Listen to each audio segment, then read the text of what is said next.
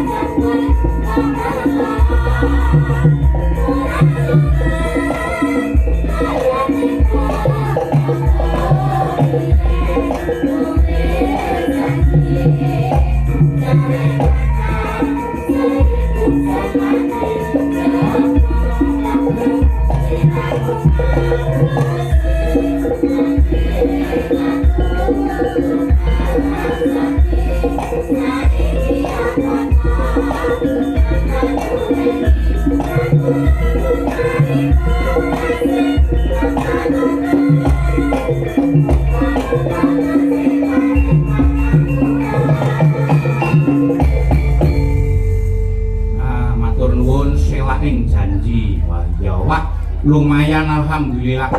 Iki Mas Bayu Aji ngasuh sawetara merga tenggorokane pinaringan serak. Wah iya iki mung gendene kira-kira 5 menit duwe 10 menit ben tenggorokane beliau iso waras ya Mas Gareng. Tujune punggawa pendereke Mas Bayu Aji niku akeh dalange. Nggih. Tur niki kaya panjenengan ya wis dalang ya guru ana ing SMKI Surakarta. Nggih, Mas Gareng namung sak camat-camat rekake derek ngenger wonten SMKI Surakarta. Nggih, wong iki sing diarani alangan ki ora iso nolak mergo wis dinaris wong mobil wae ban nganggo serep dalan ora entuk serep. Nyuwun sewu wong mangan nganggo kecer kala mangsa ya nganggo keselek barang Mas Gareng. Nggih, wong mangan kecer iki mangane karo merem kok. Mboten putra ngoten, mboten putra ngoten. Tetep napa-napa disyukuri. Nggih, syukur. Sabab sapa sing gelem syukur bakal ditambah nikmate nanging kosok baline sapa sing kupur marang nikmate Gusti maka siksane Gusti banget nggone lara. Nggih, bener lah iki berbicara masalah keperluan dalu iki tasakuran napa to tegese tasakuran. Nah, mohon dijelaskan Mas Gareng. Lho sampeyan si guru sampeyan kok jelaske kula. Lho niki tulungane kula nyuwun tulung cocok apa ora karo pelajaran sing ning sekolah. Ngono. Niki ora sik gatung. Nggih. Tasakuran empat suku kata tasakuran. Tandanya orang yang beriman tebal. Orang yang beriman tebal jangankan kok diberi rezeki, diberi musibah pun tetap bersyukur karena percaya bahwa Tuhan mencoba umatnya tidak akan melebihi kapasitas umat. La in syakartum la azidanakum wa la in kafartum inna adzabil sadid. Nah, napa niku? Sekali merdeka mboten mboten. Tegese nggih pun watur ning ngarep mau sapa sing gelem syukur moko ditambah nikmate nanging kosok baline sapa sing kupur marang nikmate Gusti moko siksane Gusti banget nggone lara utawa perih. Tur pikirane gampang Mas. Orang yang beriman tebal dan beriman tipis. Nggih. Yang pun tebal pun kula terjemahke wong apapun yang diterima selalu disyukuri. Nggih. Nek yen wong sing imane tipis iku pikirane gampang. Pripun? Wong sing imane tipis sing kanggone wong lanang semakin kaya semakin nakal. Kanggone wong wedok sing imane tipis semakin nakal semakin kaya. Nah, itu niku Mas Gareng. Mau perdine tasakurasa. Syarate kudu dingerteni wong akeh, syukuran kudu dingerteni wong akeh, ora entuk delikan. Nggih. Kurang afdol kalau tidak dibarengi tirakatan seperti malam hari ini. Nggih. Yang terakhir anugerah dari Tuhan yang tetap harus kita nanti-nantikan. Luar biasa. Werdine tasakuran. Ini loro keperluan tasakuran lan halal bihalal. Apa to tegese halal bihalal? Nah, niki cocok apa ora karo pelajaran nggonku mulang ning sekolahan mara coba jenengan werdekne padha apa ora karo lehku mulang ning SMKI Surakarta. Lho. Kari kulangsane ora iso kalimate dawane ora ono. Halal bihalal lu. Halal bihalal. Niku hanya ada di Indonesia. Karena ini sebuah budaya yang ada di Indonesia, tapi sekarang sudah ditiru oleh negara-negara lainnya. Lalu segeralah kamu meminta maaf kepada orang yang kamu kenal. Bila ada yang meminta kepadamu, harus segera kamu maafkan. Hal yang terakhir, lalui Idul Fitri tanpa saling memaafkan akan terasa rugi. Luar biasa untuk Mas Gareng. Mas Gareng, panjenengan nalika napa jenenge wulan Riyadin kala wingi napa nggih buka terus maringi lari alit-alit ngoten niku Mas. Si jenenge sedekah. Napa malah njaluki nggone putrane? Oh, mboten Mas. Kula tetep menyediakan. Mboten kita rupiah, rupiah, tetap itu kewajiban saya memberi sedekah atau zakat itu pasti. Luar biasa. Mergo wong sedekah niku ora limpoh ning malah bakoh. Ngoten niku nggih Mas Gareng. Kira-kira lho, ditani disuni pirsa tenan. Lah kula boten sami mikir menapa-menapa kula lillahi ta'ala. Nggih. Ora itu pala ya alhamdulillah ora masalah, sing penting berbagi rezeki. Nggih, terima kasih untuk Mas kalimat.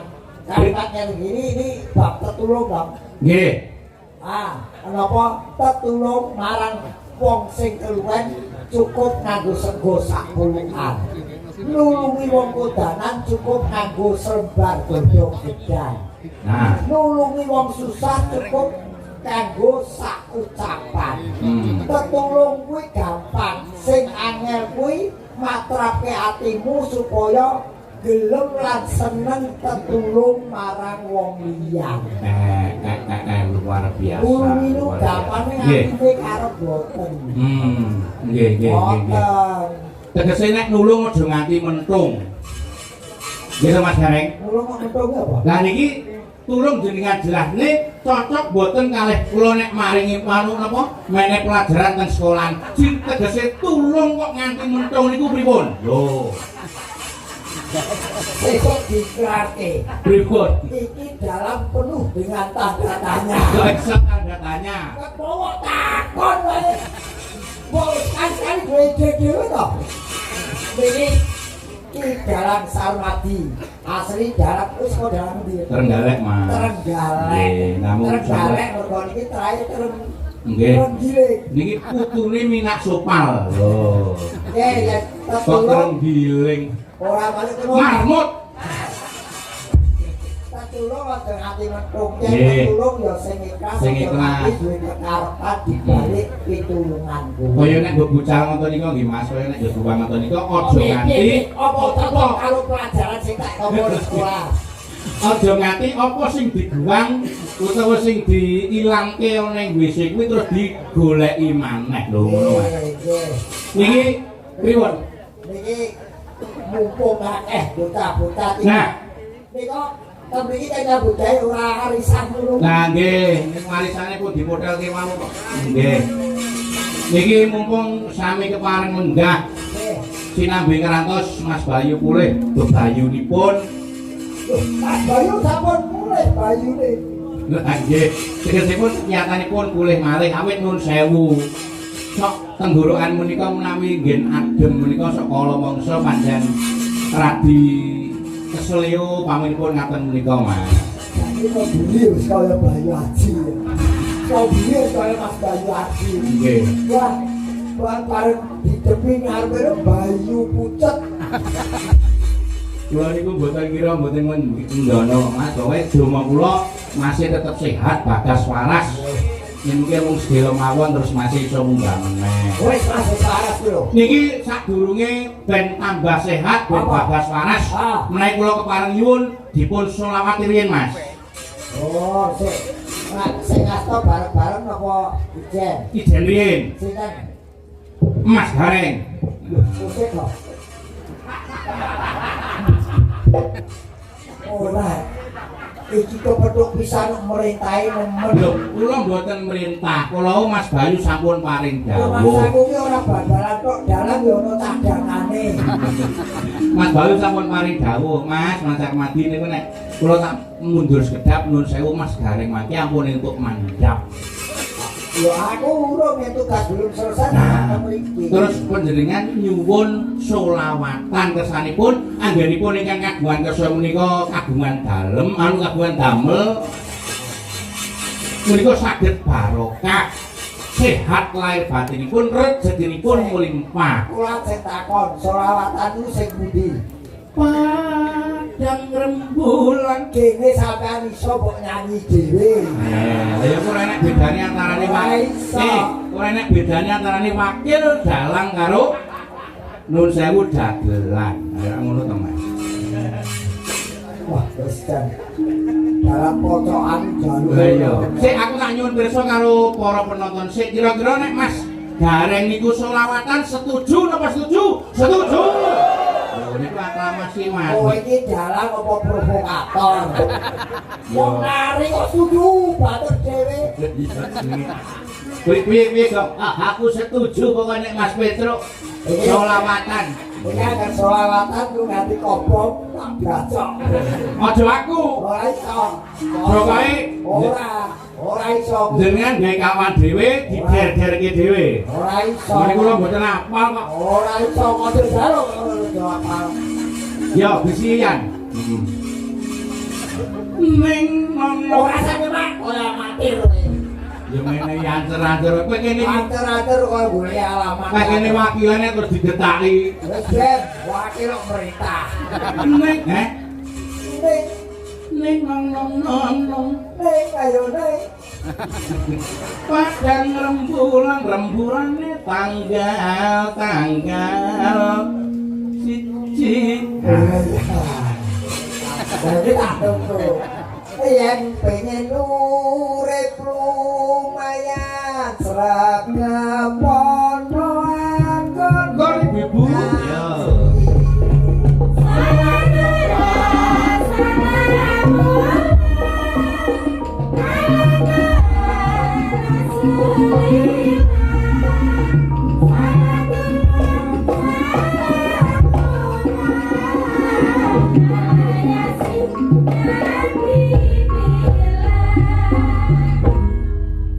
Padang rembulan tanggal loro. yang pengen urip lumayan seragam ponoan cibet orang. Yo.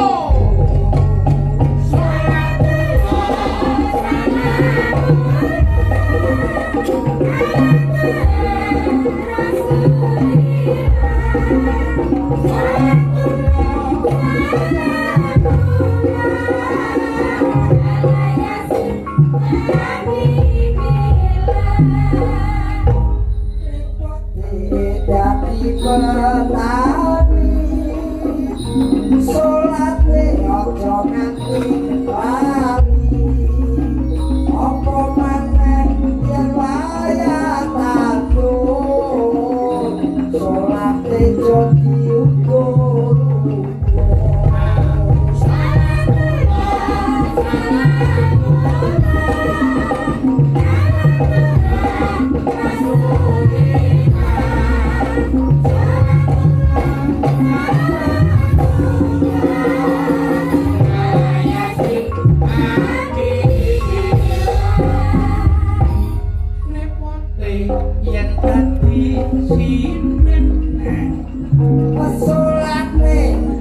mesti komen Sinten asmane putar sini sayap sholat alat sregep kaji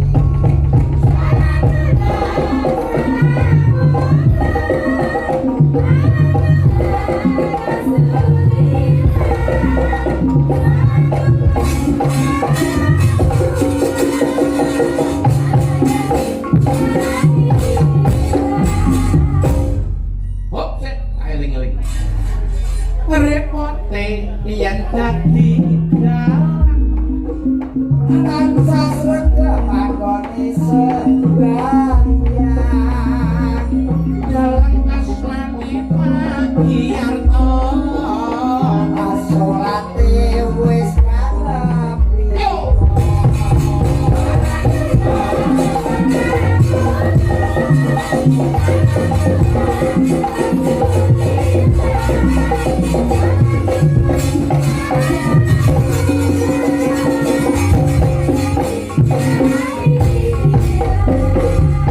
repote yen dadi yoto asolate ablas ora ana apa maneh sing tukang kendang sholat seneng wedok salamu piye sholatullah lho sampean ku ya ngono kok Mas apa tukang kendangi aja disia-sia jangan disia-sia dari aku ngomong lah wong tukang kendang ki kok seneng karo ngrentengi wedokan ki piye wong nyatane iya lho kali ini jalannya pro saya ya ora ngono kok ya ora ya wong jenenge wong nyambut gawe iki kalau mangsane ya ana lupute ana kepresete nggih kowe kudu kowe sing bener-bener repote dadi yoga pamane ah niki ceritane pun rampung Mas Gareng niki yoga niku genep salate wis genep 5 apa meneh sing tukang iki tukunen apa repote yen dadi yoga salate wis genep ping 5 ya apa meneh sing tukang ngendang geleme salat saben dina bar madang lho ngono kuwi hubungane apa monggo lagu-lagu kowe diguyu karo sing mbok ganti sapa payu guyu wis pokoke ngono Mas Gareng wis iki Yes. sing Ya ora apa-apa. ayo Dalam bus bus. Wah ini tenang, lo dalam sing kuat mental iki lho kejaba awakmu ora ono meneh. lah kok saged Oh, lho pokoke wani kok. nggih jane kula nek nuwun sewu umpamane dipaksa-paksa umpamane jane napa jenenge kula niku mboten gelem gandeng Mase nuwun sewu tenggorokane nembe gerah mboten ketang 15 menit tak dongane masih ndang waras ndang siap meneh tenggorokane terus semarang lenggah kene meneh ning Sablingsong. Anu Mas jenengmu sapa? Nun Jenengmu sapa? nami kula asli Petruk Sarmadi Sabdutama. Sarmadi. Nggih. Sarmadi sar ki sarape kena. Terus Mak Mati ini kapan? nek kula mboten susu jenengan masih dhisik mboten apa-apa. Di Ora itu. Kocok balapan kok mati. Ojo to Mas. Ora. Turun. Ning dengan begini kamu nanti, insyaallah ketularan wahyu. Amin Mas. Kula niku nderek panem wiwit tahun 2010 Ora takon, sing takon sapa? Ya. Ora sing takon kok pamer derek. Woi, Apa? wakil dalang iki kok sepalek iki. Ora nyepeleke wong ora nang takon kok. Lagi arep ngomong lho, Mbak. Ora ngono. Mas, tolong eksekusi, Mas. Nah. Mas Gareng lagu-lagu Mas Gareng. Lah. Cocok to. Nanjake bintang tamu sing Inis Nggih, niki. Nah. Rumien Loh, Mbak. Rumien kapan Bu? Eh? Rumien ini apa?